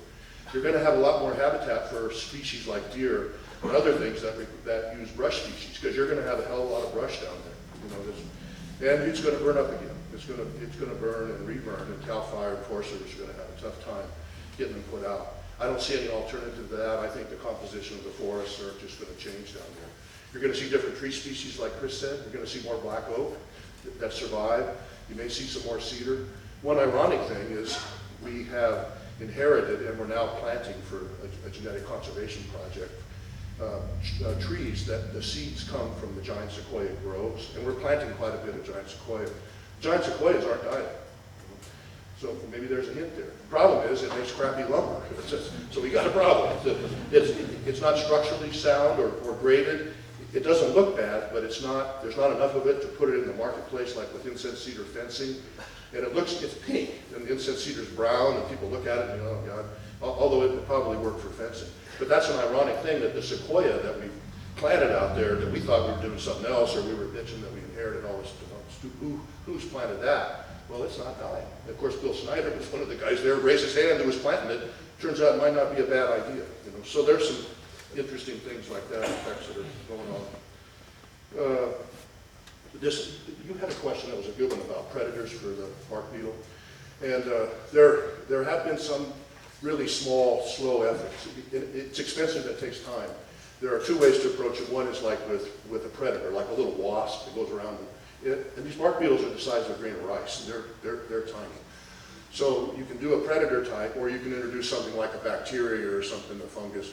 But analyzing the environmental effects of reintroducing those kind of things and what it might do to other species is the hard part, and that's why people are cautious. At the same time, if you notice, this Congress took like 4 months to argue about Zika funding. Zika, I mean, something that hurts people, obviously a bad thing. And if we took 4 months to argue about that, imagine the funding for something like this. This thing isn't on the public's radar enough to get it funded, but there certainly is, I think, room for research on that kind of a thing. Because it's worked before, it's worked with star thistle, it's worked with a lot of different animals, but it takes time, it takes quite a bit of money, some expertise. Let's see. Okay, I think I'll shut up. We're not going to have questions, but I'll be around, and we're going to do our damnedest here to keep going. We're committed to these communities. We don't know any different. We're going to grow forests, even if the bugs and the fires kill them on us. We're trying to be supportive with the Forest Service. It's very frustrating, and we noticed that they just got a new authority for categorical exclusions from NEPA for a little bigger acreage size, and one of the first sales on the Tahoe National Forest, which we did on, we're going to be awarded. CBD is going to litigate it because they can't stand to have this kind of NEPA exclusion work. Now their head guys, they're from Arizona, and their head guy lives in Oakland. It doesn't bother him, he's got a job, and that's how they make money.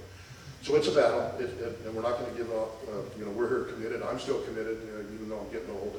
I really love this, and we owe it to those forests and to all those people downstream who have no clue what the forests provide.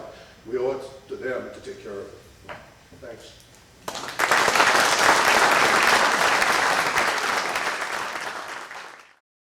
So the situation, most of you know, Jim Reynolds will remind you if you don't know, I'm the reality guy. That's what I'm about. So I'll just tell you straight up what it is. We got 200,000 acres that's dead, just in the central and southern Sierras. Probably 90% of the pine type from the Groveland district south. And if you made it to the high school auditorium last night, for the forum, the entomologist, local entomologist Beverly, had the most telling slide I've seen about the bark beetle epidemic ever. She has shown that there is a direct correlation between precipitation and beetle populations. It's as simple as that. She's got the data back 25 years, and you can see if you get 2 or more years of below average precipitation, the beetle population explodes. If you get 2 or more years that are wet, well above average, beetle population crashes. It's as simple as that. And that's what we face. It's all about the weather and the precipitation, and that's the only thing we got to be able to predict what's going to happen as we go forward. We get some wet years, Dan Tomaszewski is going to be able to take a deep breath on his property of chasing dead trees, because it's going to slow down dramatically. We continue with dry, it's going to continue to expand. It's up to about Highway 50 now, and it'll just continue to expand. As Dan pointed out, there's a little solid wood value after about 3 or 4 months. This is a byproduct situation, particularly for the national forests. And even then, the chip from these dead trees is only good for about 4 years. If you want to take it to a power plant, Rick Spurlock will probably talk about that. And then it's so far decomposed you can't get any heat out of it. So it isn't even good for that. There are other ideas around, like because of the drought, the Salton Sea is shrinking. It's evaporating. It's exposing new shoreline. That's toxic dust on that exposed shoreline around the Salton Sea. Department of Water Resources has to water it to keep the dust down. Well, why not put 6 inches of mulch on it instead? We could do that. It would only take maybe 1% of the dead trees to do that, and it would only cost about $60 million to do that. But it is an opportunity. Or how about the dry lake bed of the Owens River, the mouth of the Owens River, the Owens Lake? You know, LA's taken all the water for decades. There is no mouth of the Owens River anymore. So I did a little calculation. There's an idea out there. Let's put 6 inches of mulch on that, because it's toxic too. That would be a place to get rid of a bunch of chips. It would soak up 11% of the dead trees. The Owens Lake is a big area. But it would cost $1.4 billion to cover that area up. This is a billion-dollar problem, pure and simple. It just is, if you're going to do anything significant. And unfortunately, 2/3 of the dead trees are on the national forests. And just to be straight up, the federal government, including Congress, does not view insect and disease as an emergency in statute. So it doesn't come, the president cannot declare insect and disease an emergency, which would trigger FEMA and emergency funding. Can't do it. It's not in the Stafford Act. Post-fire rehab and restoration and reforestation. Wildfire is in the Stafford Act. You can declare an emergency on wildfire. But guess what? Vegetation doesn't count. You can't restore and reforest under the Stafford Act, even if it's declared an emergency. Post-fire, all you can do under the Stafford Act is you clean up the debris from the structural debris, fences, buildings, etc., and you restore those back to what they were before the emergency. That's what the Stafford Act does. Congress has refused to deal with that post-fire is an emergency until you got trees in the ground again. Insect and disease epidemic is an emergency until you got trees in the ground again, or you decide to let it be a brush flu. Oh, what did I do? Hit the wrong button, I guess. Huh? Okay, here we go. The priorities are right. You've heard it this morning. Local, counties, the national forests, and the state have got it right. You got to clear the state highways of the dead trees. You got to clear the county roads. You got to clear the major Forest Service roads. You got to clear the developed recreation areas, and you got to clear in the subdivisions. That's the right priority. It could be, unfortunately, that's all the money there is. That's tens of millions and potentially over $100 million just to deal with that priority. It's big money. We saw, those of you who went on the field trip yesterday and saw the crane, that could be $1,000 a tree to the landowner. $1,000 a tree. We got 66 million.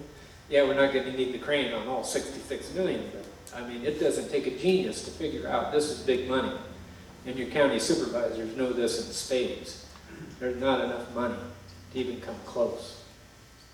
Rick Spurlock will talk about the power plants. Fortunately, the state has told the utilities, you will purchase 175 or procure 175 megawatts of power, which is going to help. That's going to take 2% of the dead trees. So if we take 2% for the power plants, half of 1% for the Salton Sea, 11% for the Owens, the mouth of the Owens River, we're getting there slowly. Only about $1.5 billion or so. This is tough. Now, what about export? Lots of interest in export. Hey, why aren't we exporting all this stuff? Well, you heard from Dan just a few minutes ago. This stuff's only good for 3 or 4 months if you want a solid wood product. Can you get it to China in 3 or 4 months? Well, there's 2 exporters that are trying right now as we speak, and they go around to the private landowners, work out an arrangement of, I'll take that one and that one and that one, and I'll clean up the mess for you in exchange for taking those trees, cut a 40-foot butt log out of it, debark it, get it on a truck or in a container headed to the port. By the time you've done that, 40% deterioration. Bang. So the exporters are also feeling the pain of the deterioration. But there is a little bit there. But the Forest Service will never, ever, ever, under existing statute, be able to get there. Even with categorical exclusions to NEPA. From the time they see a red top in a tree, to the time they put a crayon on a map and figure out a project area, to the time that they actually advertise a contract, is 6 to 12 months. They just can't do it any shorter than that under the existing processes and procedures. Remember, as I said, the federal government does not view this as an emergency, period. And so the Forest Service is saddled with NEPA procedures. So that is a no-win for the Forest Service. The value will be in chips, not lumber. All right, what else? Rick Spurlock is here. He'll talk about the biomass power plant situation, so I won't say anything about that. We've talked about priority 1. Unfortunately, you have to keep revisiting the areas over and over. As Dan pointed out, the doggone beetles keep killing more trees. We just have to face here, I think, that most of the dead on the national forest is going to be there and decompose on site. It's that simple, which means a lot of methane goes in the atmosphere as the bugs are chewing on the trees and consuming it. Not good from a carbon standpoint. Methane is 25 to 34 times more potent as a greenhouse gas than carbon dioxide. Just that simple. And the problem is, even if the Forest Service decided, by golly, even though our pine type is dead, we want a remnant of a pine type remaining on our national forests.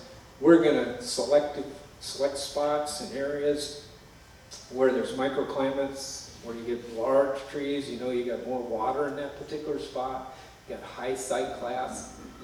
We're going to prioritize acres, and we'll say we decide 10 to 20%. We're going to put it back into trees. The rest of it's going to be brush fields. But we're going to have a remnant of a pine type left, unlike the San Bernardino Mountains. They do that just to go out, mechanically fall the trees, use a hydraulic log loader to pile that stuff up as high as you can pile it, put a dozer line around it and burn it. It's over $1,000 an acre. Remember I said we have 200,000 acres? You can do the math. These are big numbers. And then another $700 an acre to till it, and pre-emergent spray, and plant it. The Forest Service is not going to do a lot of that.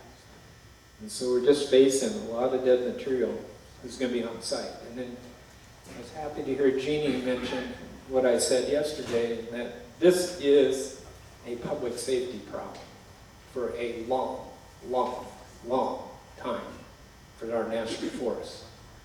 They can't get the dead material off of there. It's not safe to be out there walking around.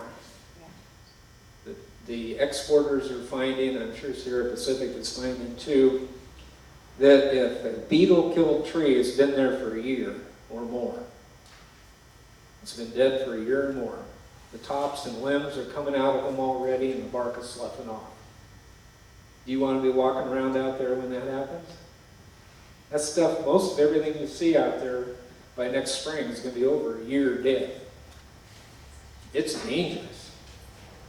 I was telling the group yesterday on the tour, you know, you take a 6-inch limb, maybe 6 feet long or so, weighs 15 pounds, maybe. That's a bowling ball. You drop a 15-pound bowling ball from the top of a 100-foot tall tree. It's going 50 miles an hour when it hits the ground. I don't care what kind of hard hat you have on. You're done. That's what national forests face, I think, starting next spring. What about our trail system on our national forests? We'll have trails that have hundreds of beetle-killed trees per mile within reach of the trail. What are these forests going to do about that? I hope they're going to close some trails. So this is a daunting problem. It's going to be with us for a long time. And I'm glad Jim Branham is coming up next, because we have to look for every possible penny that we can put our fingers on to try to deal with this and deal with it in earnest. Thanks. I want to give a little bit of history about biomass in California. The industry started off back in the 1980s during Governor Brown's first terms as governor of California. Over those last 30 years, the industry has started to die. So we reached a maximum of 66 biomass plants in California. Since that time, the industry has started to slowly die off. We're down to 22 current biomass plants operating in the state, with potential for 6 more power plants to close by the end of this year. 3 of those 6 happen to be IHI facilities, the 3 that I've worked with, which are Rockland, Chinese Station, and Fresno. So we've been working hard at the state level trying to find a future for biomass. And I guess, first question is, why is the biomass industry dying? Well, we have to compete in the renewable energy market with other renewables, such as solar and wind. Even though biomass provides environmental and societal benefits that are well beyond the electricity, we only get compensated for the electricity we produce. So we're competing against those other renewables, like I said, solar and wind, and they don't have a fuel supply. The sun is free. They don't have a cost for the fuel supply. The sun is free. The wind is free. So they don't have that fuel supply. We have a fuel supply that we have to pay for. We have a staff that we have to man. It takes about, at a 25 megawatt facility, it takes about 25 people. At a 200 megawatt solar facility, it takes about 2 people. So we have a staff that we have to pay for. That brings our cost, that along with fuel of producing electricity, to much higher than what the cost of solar. We're about double the price of solar, a little less than that for wind, for electricity. But we believe that the environmental benefits that we provide the state far outweigh the electricity benefits that So we've been working with the state, trying to find ways to compensate our facilities for those environmental benefits. So far, we've been unsuccessful. But last year, last October, Governor Brown signed an emergency proclamation on tree mortality. As part of that proclamation, it required and mandated the California Public Utility Commission to procure biomass power to help with the disposal of the trees, from the dead trees from the southern Sierras. It's taken about 8 months for the California Public Utility Commission to do anything. They mandated through Resolution 4770 that the 3 IOUs, which are Pacific Gas and Electric, Southern California Edison, and San Diego Gas and Electric, procure 50 megawatts total of biomass power. Along with that, mandate that those facilities would have to burn a certain percentage of Tier 1, Tier 2 high hazard fuel in their production. The utilities then authored a solicitation for procurement of those megawatts, and that solicitation is still going on. Hopefully by the end of this month, that contract will start to be awarded. I know there's going to be a lot of questions about our Chinese station facility because that's near and dear to everyone here. We're under confidentiality agreement. I cannot tell you if we bid into that, if we did not bid into it, if we win a bid, I can't tell you. So I apologize for that. So if there's questions afterwards, I'm sorry, I cannot comment. But that was for 50 megawatts. In the legislature this year, Assemblymember Dolly, as Assemblymember Bigelow pointed out, worked very closely with the CBEA and our lobbyists up in Sacramento, got some language put into a budget trailer bill that mandated the procurement of another 125 megawatts of biomass power. So this brings to a total of 175 megawatts. Luckily, they put a timeline with that mandate. So by December 1st of this year, that those 125 megawatts must be procured. The PUC has actually taken very quick action for the PUC. They've authored a resolution which will be voted on next Thursday at the PUC's monthly meeting. If it's passed, it will mandate that the 3 IOUs, as well as the large municipal utilities, such as SMUD, LADWP, must procure biomass power. And it mandates the amount of biomass that they must procure. And so we expect that solicitation, well, it was in the new resolution 4805, which is the new resolution, it allows the utilities and the munis to procure the mandated megawatts by one of 3 means. Either in the initial BioRAM, which is the first 50 megawatts, they can either over-procure in that, and that will count towards the new mandate. They can hold another solicitation, or they can enter into bilateral negotiations. So it gives the utilities 3 options. We expect that most utilities will over-procure in the first BioRAM to reach their total mandated megawatts. So that's really where the industry stands right now as far as the tree mortality. We are going to be continuing to work up in Sacramento because California really has, tree mortality and the biomass from tree mortality is a huge problem in the state. But we have 2 other problems out there that is being impacted. They're not to the environmental impacts of the tree mortality now, but they're coming on. And that is what's going to happen with all the ag material that's currently going to biomass facilities, and what's going to happen to all the urban material that's currently going to biomass facilities. Most likely, the urban material will be landfilled, the ag material will be open burn. So from an environmental standpoint, are you really improving the environment by taking forest material and burning in a biomass plant, and now in return burning that same amount of material in a field out in the Central Valley? And the effect is you're still releasing the same amount of emissions. So California not only needs to expand our biomass industry beyond what we currently have, beyond the mandated megawatts, but we need to really expand it beyond what's even available out there. We need to actually grow the industry to cover these 3 problems that we face. That's all I have. In the political world, there's a saying which is never let a good crisis go to waste. Take advantage of it. move your agenda forward based on the crisis. And I've been doing this, my bio says more than 30, which actually means almost 40 years of natural resources. I was 9 when I started, in case you're wondering. And I've thought in the forestry sector, we've had plenty of those crises, right? We've had fires that were of magnitude that were unimaginable at times. And we've had an incredible ability to, when we have that wake-up call, to hit the snooze button as a society.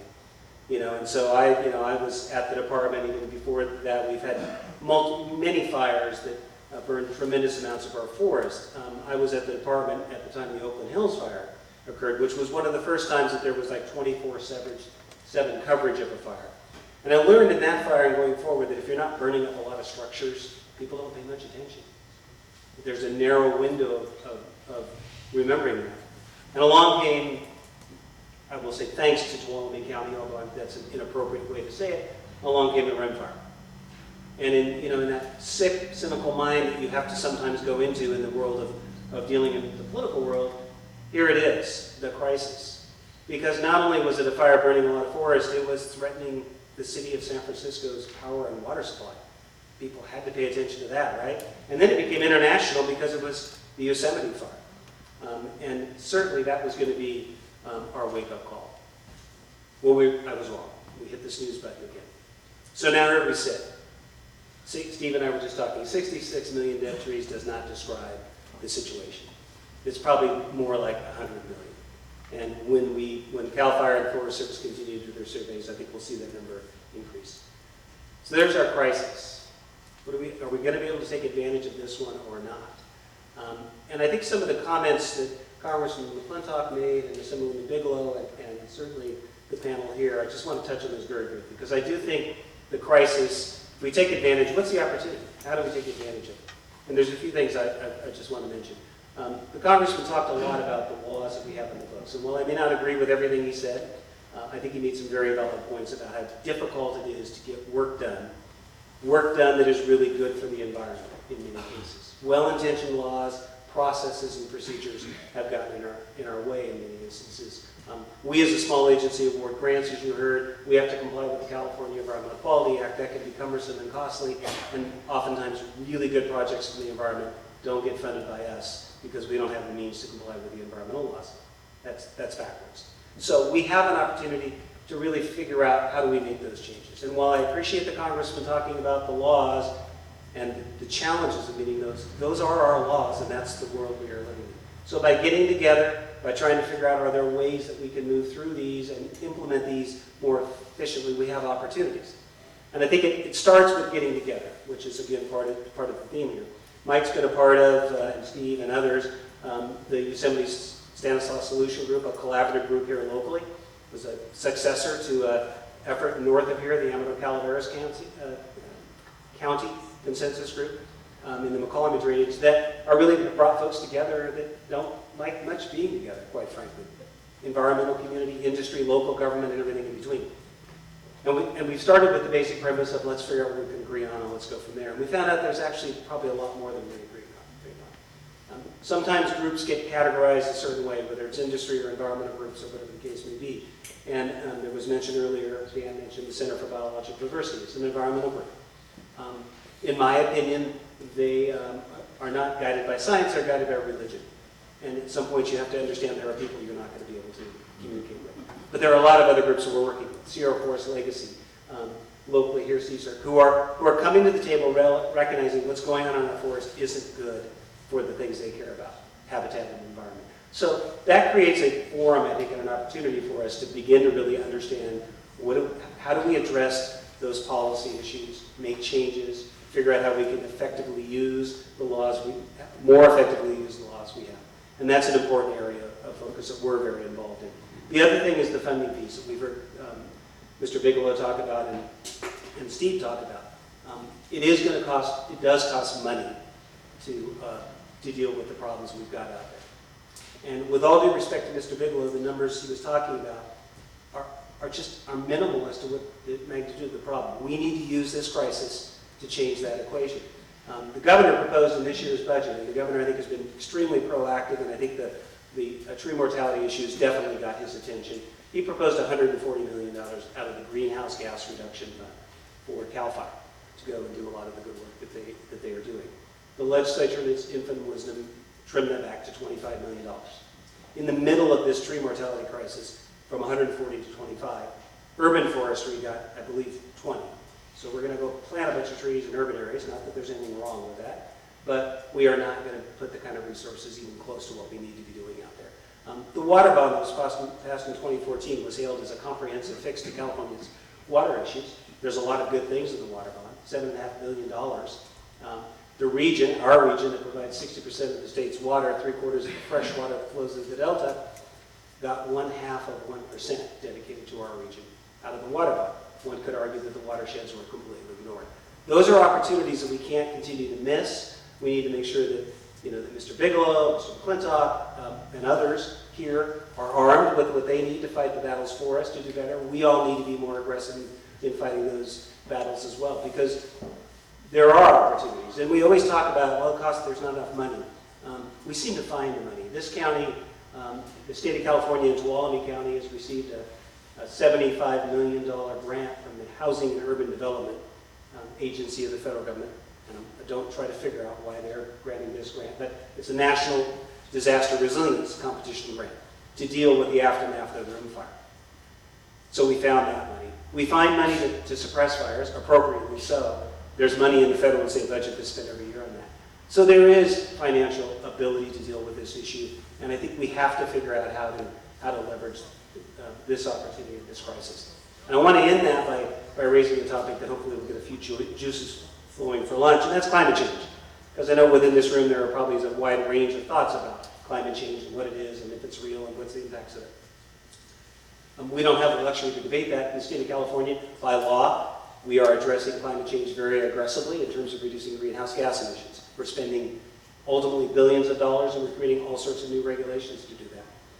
But a growing, I like to say, playing a little play on words, some of you will appreciate this, I hope, kind of a new inconvenient truth, which is our forests are quickly becoming the skunk at that garden door. Our forests, which should be storing and sequestering carbon and being a positive contributor to that, have been flipped on their heads. The result of fire and the result of the tree mortality, which I should say the base root cause is the same as that. We have too many trees, you've heard that earlier, too many trees on too many acres. It's not natural. I see driving into one of these buildings is the John Muir building. These aren't the forests John Muir walked through and talked about and wrote about and raised the national awareness about. They're very different today. As those fires burn, or as those forests burn and those trees die, we're becoming a bigger part of the problem, not a part of the solution in California's efforts. But that's the opportunity. Something this governor cares deeply about. We need to be able to make the case that managing our forests differently, reducing the kind of severe fires that we've seen recently, the ring fire being a really good example of it, and giving our forest an opportunity. There's another wave of mortality. Steve's right. If we get some really good winters, the beetle kill will go down. There's another wave waiting to hit the areas north of here, and we have an opportunity still to do something. So I think that's going to be an important area for us to really tell the story. There's a paper that's about to be published that looked at all of the national forest lands in California. And that paper is going to, and part of it is based on real data, part of it is some modeling, is going to indicate that the national forest lands in California have become a significant net emitter of carbon and greenhouse gas emissions, to the tune of almost double a net emission now. So take what's being emitted, subtract that from that what's being sequestered or stored, a net emitter almost twice as much as all human-caused emissions in the state of California. That ought to be causing people to go crazy and figure out how do we do something about that. I hope we're making progress there. I think we have that opportunity. I think the governor's attention that he's paid through the Tree Mortality Task Force is a tremendous opportunity for us to build off of that and talk about how we do things differently in the forest. We're partnering with the U.S. Forest Service and something we call the Sierra Nevada Watershed Improvement Program to try to bring attention and bring people together to figure out how do we address some of these issues. Right now I've got 5 grandkids, and I think a lot about what this forest is going to look like for them, and it's going to be different. I can't remember, I think it may have been Rick that talked about the forest will be different. I think we know that now. But I also want to pick up on what the Congressman said earlier. In my job as the Sierra Nevada Conservancy, I don't really want to face those questions from my grandkids when they get old enough to say, what the hell were you guys doing? I mean, how'd you let this happen? So it's our moment. It's been our moment for a long time. We keep hitting the snooze button. I hope we can use this crisis, and it is a crisis, to change the game, because we need game changing, and we need to be really willing to take these things honestly and sit down with people that we don't like, and we don't like their views, and figure it out together. And I appreciate what's going on here locally in Tuolumne County, and I hope we can continue to build upon that and do what we can to try to protect this incredible region that many of us get to live in and work in every day. So thanks again for the opportunity. About 15 years ago, I think gas was about $3 or $4 a gallon, and I remember it being predicted that by now, gas would be, nobody knew, it might be $10 to $15 a gallon. I just remember the predictions. And the reason was because OPEC had us by the neck. And we had pretty well shut down our energy capacity in this country, and we decided to change that. And this country went to work, and we are now just about energy independent. We're one of the leading producers of oil and gas in the world in a very, very short time. And I draw this parallel. This country, the United States, has 750 million acres of forest land. 1/3 of the United States is forested. And we are the second leading importer of lumber in the world because our forest policies and lead environmental groups like Center for Biological Diversity and others have us by the neck. And we can change that. We've got the resources. California is also 1/3 forested. We import about 85% of our lumber products into California. So I would, and I had somebody ask me, I go, well, how in the world can we change this? Well, we don't need to change our congressman, do we? We heard from him.